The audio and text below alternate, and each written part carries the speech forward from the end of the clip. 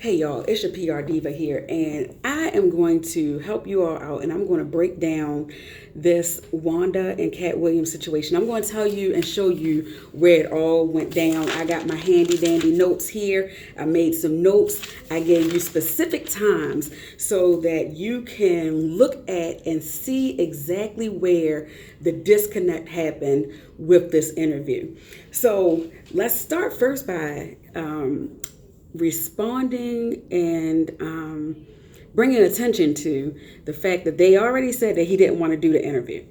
Now, that's no excuse for anything. However, it sets the tone for anything that could potentially go wrong with the interview, because he may have felt pressured into doing this interview, because as Frank and Wanda both started out by saying yesterday, he did not want to do it. They asked several times for him to do it, and he finally agreed and he did it. But anyway, so when you start in the beginning and you look at the conversation between Frank and Katt, after he had already been talking to Red, he was asking Katt Williams questions, and the answers did come across, as a bit dry. However, Frank never skipped a beat. The answers that Katt gave are the answers that Frank accepted, and he continued with his interview. So even though Katt wasn't smiling, or he may not have had the best energy, Frank, as a seasoned reporter and announcer, took what was given to him and still stayed consistent with asking questions. So when they were discussing his last comedy shows, his stand-ups and everything, and he mentioned Monique, he explained that her last tour sold 316 tickets, and that's what they offered her from Netflix. And he said that people need to remember that this is business and not to take it personal. That was number one. So then we skip forward. I'm gonna get you all to the 6:08 minute, so 6:08 minute. Wanda gives a forced laugh because Katt says something about Gerard Carmichael and people not watching the show, and Little Rel being ugly, and whatever the case may be. So Wanda gives a little laugh. Fine. At the 7.15 mark, Katt responds, "Yes, ma'am," to her when she asked about Girl Trip and how he felt about it, and they were still talking about it. So at 8.24 is when Wanda and Katt go back and forth about the definition of being real. Wanda mentions that people like Tiffany because she's real. Katt goes on and on about us having ghetto cousins, everybody else being real, and all of these other things. Like, they're going back and forth about being real. However, everybody is still laughing. Everybody is still engaged. 9.25, Katt comes out and says, "This is no shade to anyone." He says, what I said about whomever I said anything about, there's no shade to anyone. Now I want you to skip forward some more and go to 12.15. So at this point, everybody is now laughing at Red Grant and his talking about piss being a curse word. But still, everybody's laughing, everybody engaged, even Katt. It's a good time because now we are all collectively laughing at Red and pissed becoming a curse word. Skip forward a minute. 13.15. Wanda asks Katt if he cooks. So he goes into his whole spiel about cooking for all of his children, the daughter that doesn't eat meat, the daughter that doesn't eat dairy, the daughter that only eats vegetables. So this is what they are talking about. She interrupts, and at 13.39, he calls her a poor interviewer. Again, everyone is still laughing. We're still engaged. We're still having an interview on the radio. Things are all good with some jokes and some jabs going on in between. That was at 13.39. At 13.43, as she's continuing to interrupt and try to speak over Katt, Katt says, you are a strong black woman. And he tries to say, is it okay for me to speak? However, before he can get that out, she's interrupting again. And so 13.54. He's like, Wanda, I think it sounds like you like me. It's beginning to bleed over into the radio. Red Grant agrees. They are all laughing. Skip ahead. 15.25. This is after they have already had this whole conversation. Now, during the conversation about his children and about cooking, it was only Katt, Frank, and Red that were engaged in that conversation. So, assuming, I don't want to put anything in anybody's mouth or mind or whatever was going on, but I can only assume that Katt is trying to engage Wanda in the conversation because he turns to her and asks her how many children she has. This is where the energy begins to shift. She says, I have 3 boys. Katt says, aren't boys simple? And, she thinks about it. She's like, sometimes maybe they can be, skip ahead. 15.43. Katt says, it's obvious that she doesn't cook as much in latter years as she did in previous years. This is when it is obvious that Wanda becomes offended by what she thinks she hears. She internalized that as something negative and instantly became defensive about Katt alluding to the fact that she doesn't do as much now as she did then. For anyone, most of us on the outside looking in, we're looking at it like, your children are older, you aren't doing as much. That is how I received it, how I figured the rest of you received it. However, Wanda received it as an attack. And so because she felt attacked, now the whole mood shifts and everything in the room becomes negative for her. Her vibration is off now. So at the 15.53, that's when she was like, I did it in the beginning, the middle, and the end. She's giving you all the sister girl. I did it in the beginning, the middle, and the end. Is basically what she did. So at that point, Red Grant asked her, well, Wanda, what's your favorite thing to cook? Lord Jesus. She does a really nice broccoli. A really nice broccoli. So this is when Katt begins to go in on the broccoli specifically, on the cooking, on the canned foods. He's a comedian. This is what comedians do. So now, he's talking about the broccoli in the water. You can't burn broccoli, opening up a can of corn, pouring in some Zatarans. He's a comedian. This is what he's doing. So now we have a comedic stretch of jokes about canned cooking, basically. So she says, you're a hater. Whatever hater, shut up. Shut up. Whatever hater, shut up. Now, when you start going into the whatevers and the shut up, we already know you're offended. We already know now your energy is off. Most people use whatever when they don't have anything else that they can say in that moment. They're trying to figure out a response. And so the best response that you can give is whatever. And that's what she was giving. So he says at 16.43, you're good at heating stuff up. And she says, and you're good at telling people about what's going on in jail. Like I said, negativity has already crept in. She is now having an internal conflict because she has conflict with Katt based on what she deemed an attack on her character, on her cooking, on her parenting, on her ability to be a mom, on her ability to take care of her sons. So now I am going to attack you, Katt Williams, because you came for me when you were trying to figure out how it is that I take care of my children.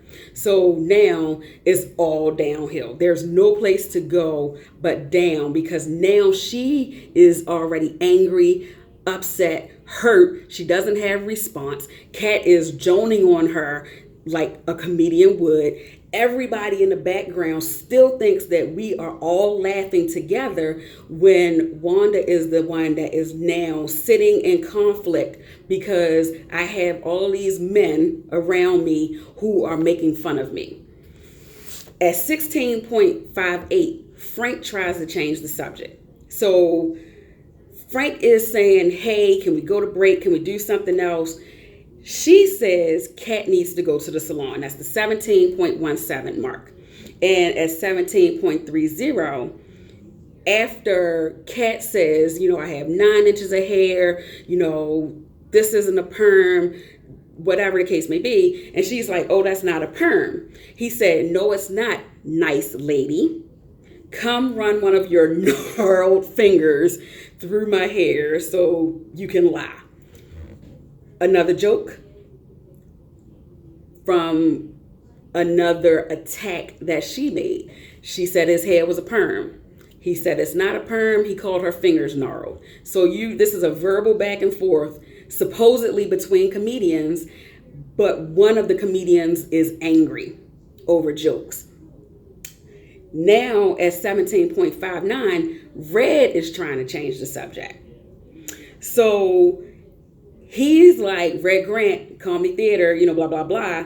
But she is already so far in her feelings that anyone trying to change the subject or anyone trying to say anything isn't going to sit well with her because I need to defend myself. So her response at 18.05 is to call Katt's clothes old. When we don't have anything to say or we don't know the proper response, we're pulling at straws. We're trying to do and say whatever we can because these people are laughing and I feel like I need to make them laugh too because I'm a comedian. And if I say I'm a comedian, I need to be able to carry and handle myself with Katt Williams, who unfortunately you can't do that. The expectation that you place on someone else and what you believe to be real, you can't project that onto other people because you aren't him and you aren't at the level that he is. Katt Williams is very stoic because he's not always funny Katt Williams. He's not always, I need to laugh and joke and smile, but I'm still going to be able to tell my jokes regardless of whether you feel like I'm laughing at or not. I'm laughing internally and I'm laughing at you regardless of whether there's a smile on my face or not. So the expectation is I'm a comedian. I'm going to throw my jabs in and I'm going to see where my jabs land. However, she doesn't have the proper jabs to work with. So you're angry, you're emotional, you're feeling attacked, you're on a defensive, but the only thing that you can do is try to clown. That's not the way joning works or cracking or whatever name you all call it. That's not how it works.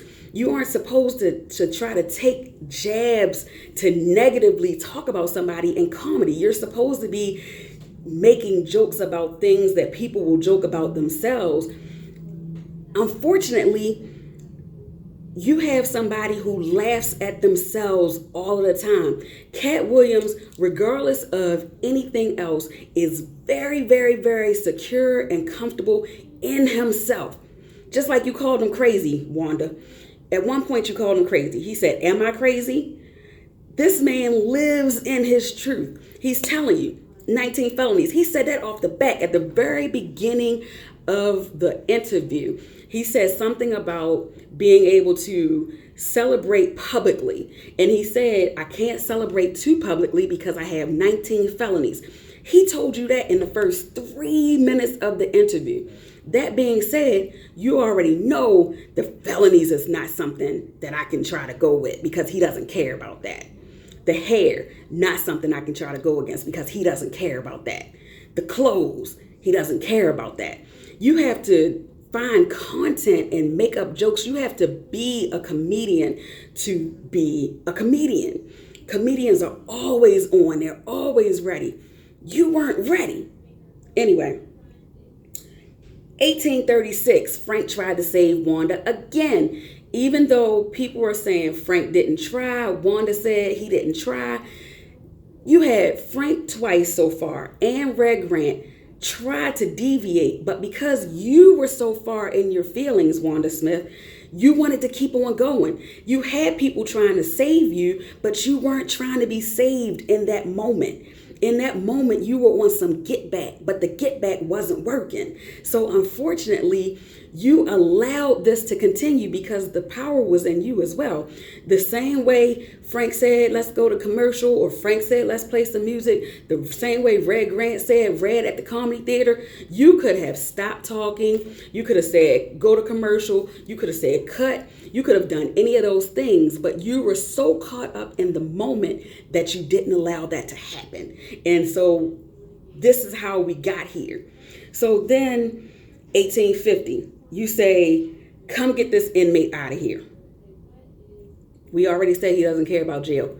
Katt knows he's an inmate or previous inmate. He knows he's been arrested. Like, you're not telling him anything he doesn't know. 1856, you call him Little Mama and say, hey girl, what is that? Now you're insinuating homophobia, something sexual. You are attacking his sexuality because you called him a woman and you hit him with the hey girl. We don't talk to men like that. We don't say hey girl to men. So now you are insinuating that he's gay. I don't know what you expected to get from that. I don't know. But the expectation wasn't there. You didn't have an expectation. You were just trying to save face. And unfortunately, it was too late for that. You were already shown to be weak in the area of comedy. Katt already knew that there was nothing you were going to be able to say to save yourself in the comedy space because you aren't a comedian. And I say that with as much respect as possible because I've never seen anything you've done. I don't know about your comedy work. This is outside looking in. I don't know anything about your comedy career. What I do know is that if this were two comedians going back and forth, and if your jabs were to have kept up with his, we wouldn't be here right now. None of this would have happened because you would have been comfortable in the responses and the answers that you gave and not embarrassed and your feelings hurt. Because that's what happens when your feelings are hurt. That's when, you get to saying, called him Little Mama a couple of times, told Gaucher, I'm familiar with Gaucher Hair Salon. As far as I know, Gaucher doesn't do men's hair. Gaucher does women's hair. So again, you're calling him a woman or alluding to the fact that he's a woman. Then when he says, you shouldn't be talking about size, you big on the radio. Now you're big in prison. Again, he tells you, I've never been to prison. Jail and prison aren't the same. 19 felonies, no convictions. That's not going to work on him. Like, you got to find something else because that ain't it. Then you say, she's so done, calling Little Mama again. He says, you already said that, don't repeat your jokes. Now you're really mad because Katt is depreciating your value as a comedian because he's telling you you're repeating your jokes. And you did. You were saying the same thing over and over and over again. So what you have to do, Wanda, is understand your strengths, understand your weaknesses, know your strong point, know the area and the lane that you want to be in, and stay in that. If comedy is what you want to do, sister, go for it. But what you're going to have to do is tighten up on those comedy skills because there's no reason that a back and forth between two supposed comedians should end up the way it is. I wasn't there at the comedy club to know what really happened between your husband and Katt. I see the video. I can't really tell. I didn't really see an argument necessarily. I saw you and your husband standing there. But in terms of the gun, in terms of the words, in terms of the, him saying he going to jump you, which, I don't don't know if I believe that necessarily. But again, I wasn't there. So what I'm saying is this should not have been going on. And you're angry because it went viral, but you were on the losing end of the viral. I'm pretty sure if you were on the winning end of the viral, this wouldn't be an issue. So all I ask is that brush up on your comedy skills if comedy is what you want to do. Stop playing the victim, because you absolutely were. The things you do with the women and the homeless shelters and the charities and all of that had absolutely zero to do with any of this. So, the way you came on the radio yesterday talking about everything you did and, oh, I just met him, I didn't want to go back and forth with him. You absolutely did want to go back and forth with him, because you did. If you didn't want to go back and forth with him, you would not have. No one forced your tongue. No one forced your hand. You had every opportunity to end it, but you chose not to. So understand your role and work on that. Brush up on everything else that needs to be brushed up on, and then maybe you'll have the opportunity to come at Katt again. And this time you can get him. But in the meantime, stop trying to blame everybody else and accept your role in it.